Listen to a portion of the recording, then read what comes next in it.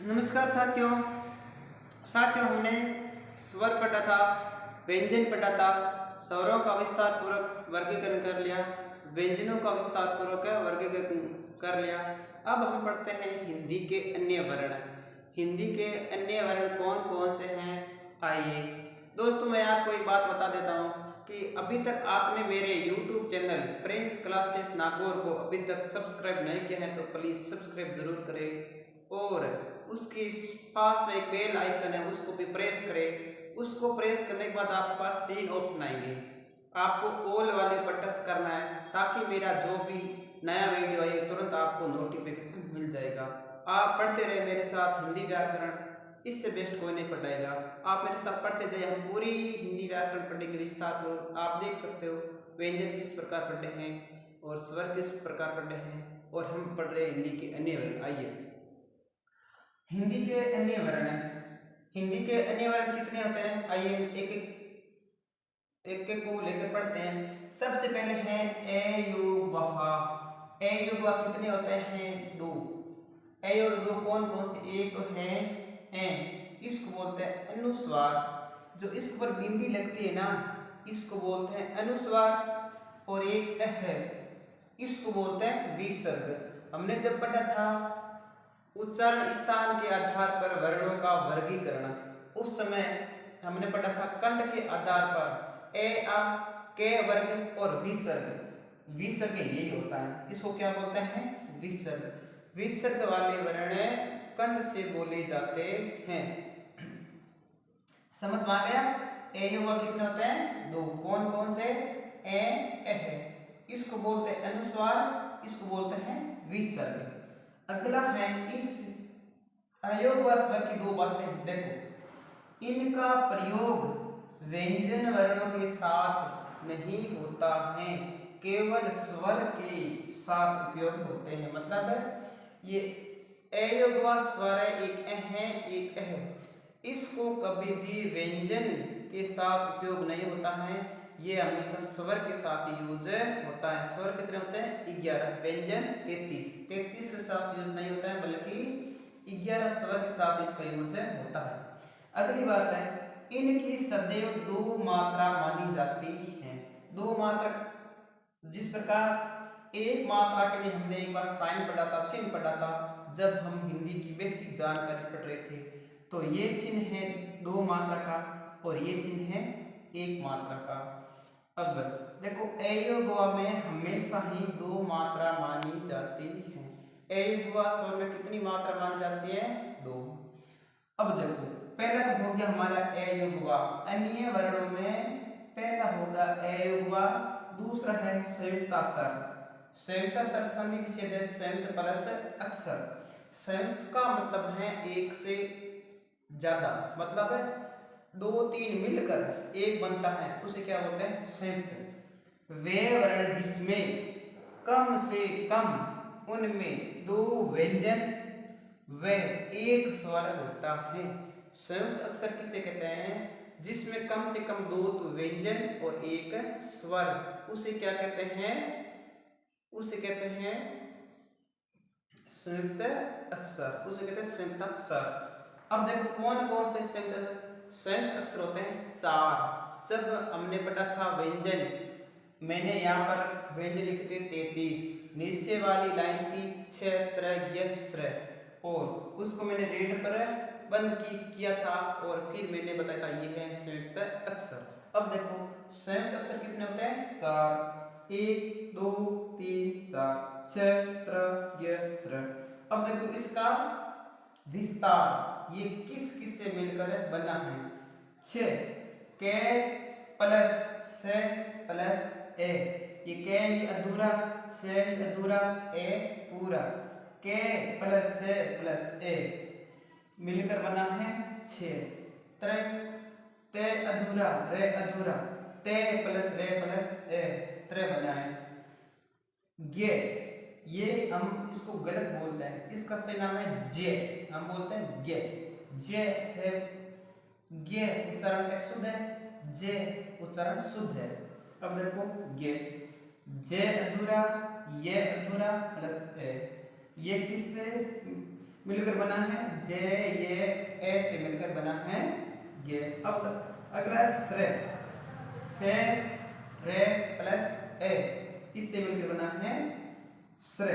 अब देखो जब हमने पढ़ा था उच्चारण स्थान के आधार पर व्यंजनों का वर्गीकरण, तब हमने पढ़ा था ये कंठ है, ये भी कंठ है, और ये कौन सा है, ये है मूर्धन्य व्यंजन, ये मूर्धन्य से बोले जाते हैं। इस प्रकार आपको पूछ ले कि छह के उच्चारण स्थान कौन सा है, तो कंठ, मूर्धा प्लस कंठ, मूर्धन्य मूर्धन्य, कंठ्य कंठ्य, और त्रे, त्रे का उच्चारण स्थान है दंत प्लस मूर्धा प्लस कंठ, मतलब तेज है दंत्य, और ये है मूर्धन्य, और ए है कंठ, दंत मूर्धन कंठ।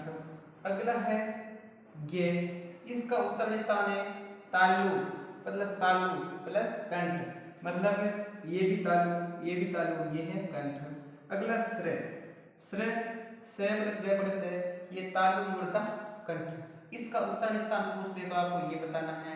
और अगर आपको पूछ ले संयुक्त अक्षर कितने होते हैं, तो ये 4 होते हैं। अगर आपको पूछ ले इसका विस्तार, तो ये बताना आपको इसका विस्तार। अब देखो इसमें क्या दे रखा है, 2 व्यंजन और 1 स्वर, ये देखो इसमें, ये भी इसमें 2 व्यंजन, ये क्या भाई 1 स्वर। इस प्रकार संयुक्त अक्षर में कम से कम 2 व्यंजन 1 स्वर होते हैं, इससे मिलकर बनता है, उससे बोलते हैं संयुक्त अक्षर। हमने पढ़ा था 2, पहला अयोग्य, दूसरा संयुक्त अक्षर, तीसरा है विकसित स्वर। विकसित स्वर कौन से हैं, विकसित है स्वर चंद्र बिंदु, जिसको अनुनासिक, जब हमने पढ़ा था स्वरों का वर्गीकरण उच्चारण के आधार पर, तब हमने पढ़ा था 8 प्रकार। 8 प्रकार, एक प्रकार था अनुनासिक, इसमें पढ़ा था ये चंद्र बिंदु, जिस प्रकार चांद माँ इसके ऊपर ये लगा था चंद्र बिंदु, इसको भी बोलते हैं अनुनासिक, या इसको बोलते हैं चंद्र बिंदु। ये कैसा स्वर है, विकसित। अगर आपको पूछ ले कि विकसित स्वर कितने हैं, तो विकसित स्वर है 1, और वो कौन से हैं, ये चंद्र बिंदु। अब हम पढ़ते हैं अगला ताड़न जात, मैं एक बोर्ड सा पढ़ता हूँ। अगला है 3 है ताड़न जात। ताड़न जात का एक दूसरा नाम है उत्क्षिप्त, और इसका तीसरा नाम है आगम, इसका चौथा नाम है द्विगुण शब्द, द्विगुण व्यंजन। देखो तीसरा है ताड़न जात, ताड़न जात, या इसका दूसरा नाम है उत्क्षिप्त व्यंजन।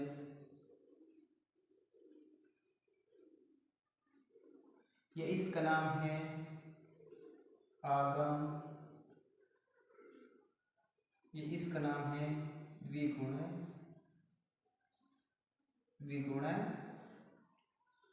स्वर, ये इसको वर्ण द्विगुण वर्ण। अब देखो ताड़न जात, उत्क्षिप्त, आगम या द्विगुण, ये इसके नाम है। ताड़न जात कितने होते हैं, 2। कौन कौन से होते हैं, एक होते हैं अड़े, दूसरा होता है अड्ढ्य, कौन सा, अड्ढ्य। इसकी 2 खास बात है कि अब देखो ताड़न जात होते हैं कितने हैं, 2, एक अड़े और दूसरा अड्ढ्य। अब इसकी 2 खास बात क्या है कि ये वे वर्ण हैं जिनसे कभी भी नया शब्द नहीं बनता है, और ये दूसरी इसकी ये बात है कि जो भी इसको कोई नाम लिखता है तो नाम पढ़ नहीं सकता, जिस पर अड़मण गणमण कोई से नया शब्द स्टार्ट नहीं होता है। वे वर्ण जिसमें व्यंजन खड़ी पाई, इसमें क्या नहीं होता है, इसमें कभी भी नया शब्द से नहीं बनता है, और इनको कभी स्वर रहित नहीं किया जा सकता। देखो मैं इसकी 2 बात लिखता हूं। इसकी पहली बात है इनको कभी भी, पहली बात है कि इनको कभी भी कभी भी स्वर रहित नहीं किया जा सकता है, नहीं किया जा सकता है। इनको ये हमेशा स्वर के साथ रहेंगे, ये स्वर रहित नहीं होगा। जिस प्रकार हम कै लेते हैं, इसमें कै में स्वर जुड़ा है, अगर कै को स्वर रहित करते हैं या तो इसको नीचे लगाते हैं हलंत या इसको करते हैं अधूरा, तो यह एक स्वर रहित। और इनको जिस प्रकार या तो इसको ऐसे लिखे या इसको ऐसे लिखे, तो इसको स्वर रहित नहीं किया जा सकता है, इसके हमेशा स्वर साथ में ही रहता है। और दूसरी बात है इसकी कि इनसे कभी भी नए शब्द नहीं बनते हैं, इनसे कभी भी नए शब्द नहीं बनते हैं, मतलब कभी भी नए शब्दों का निर्माण नहीं किया जा सकता है, नहीं बनते हैं। ये हमेशा ही अगर इसका यूज होता है तो बीच में लास्ट में होता है। इनसे जिस प्रकार मैं एक नाम लेता हूँ कमल, ये कैसे नया वर्ण बना है कमल, मतलब कैसे बना है, कै पहले आया।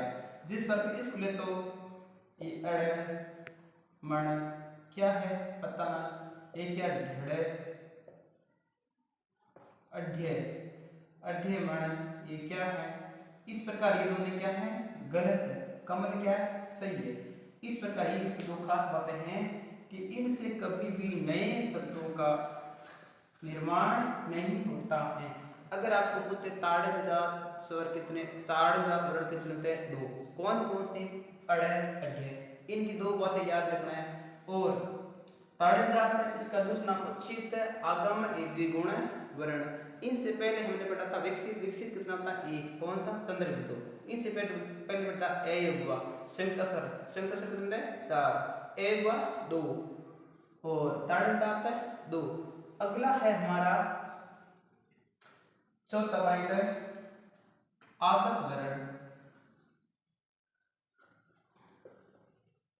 चौथा देखो, चौथा है हमारा आगत,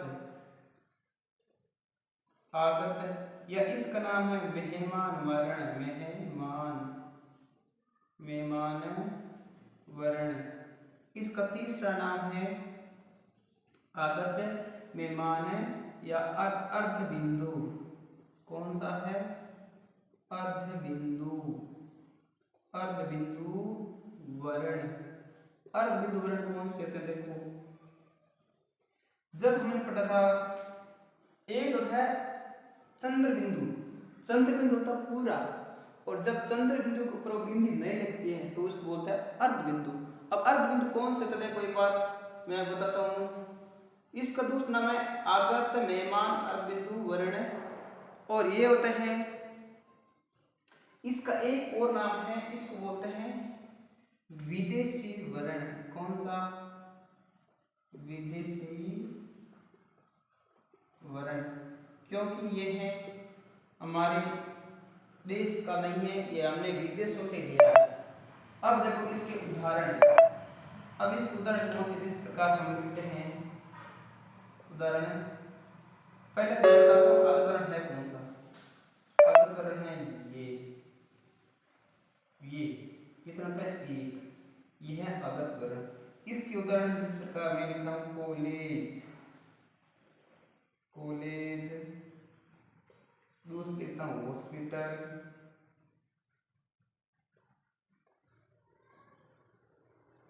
हॉस्पिटल, और डॉक्टर, हॉस्टल। ये देखो कॉलेज, हॉस्पिटल, डॉक्टर, हॉस्टल, ये है आगत मेहमान अरबिंदु या विदेशी वर्ण। विदेशी वर्ण कितने होते हैं, एक, केवल आपको ये नाम याद रखना है, ये कौन सा है विदेशी। आगे देखो विदेशी वर्ण हो गया अर्धबिंदु, आगत है, यह इसको बोलता है मेहमान वर्ण। अगला है हमारा विदेशी व्यंजन। ये तो हो गया विदेशी स्वर। अगला विदेशी व्यंजन। विदेशी व्यंजन, विदेशी व्यंजन कितने होते हैं? 5 विदेशी व्यंजन। विदेशी व्यंजन कितने होते हैं? 5। 5 कौन कौन से होते हैं? देखो, जिस प्रकार हम लिखते हैं, जिस प्रकार हम लिखते हैं के, इसके साइड लगाते हैं यहाँ पर बिंदी के, खे, एक हम लिखते हैं जे, एक लिखते हैं फे, और एक और कौन सा बच गया? के, खे, जे, फे, और एक गे होता है।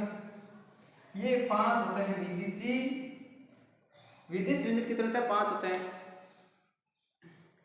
5 होता है, गे, खे, गे। हाँ, ये गे और होता है। इसमें कौन सा होता है? गे। ये होते हैं 5। आप पूछ ले विदेशी व्यंजन कितने होते हैं? 5 होते हैं। के, खे, जे, फे, गे। और ये कौन सी भाषा के शब्द हैं? ये हैं अरबी फारसी भाषा के शब्द। ये कौन सी भाषा के? एक होते कितने हैं? 5। कौन सी भाषा के? ये है अरबी फारसी भाषा के शब्द हैं। कौन सी भाषा के? अरबी फारसी भाषा के शब्द हैं। हमने पढ़ दिया। देखो, अन्य वर्णों में कितने प्रकार पढ़ गए? 5। कौन कौन से? हमने पहले पढ़ा था ए हुआ, दूसरा संयुक्त स्वर, तीसरा विकसित, चौथा तीसरा संयुक्त स्वर, और तीसरा ताड़न जात, 5वां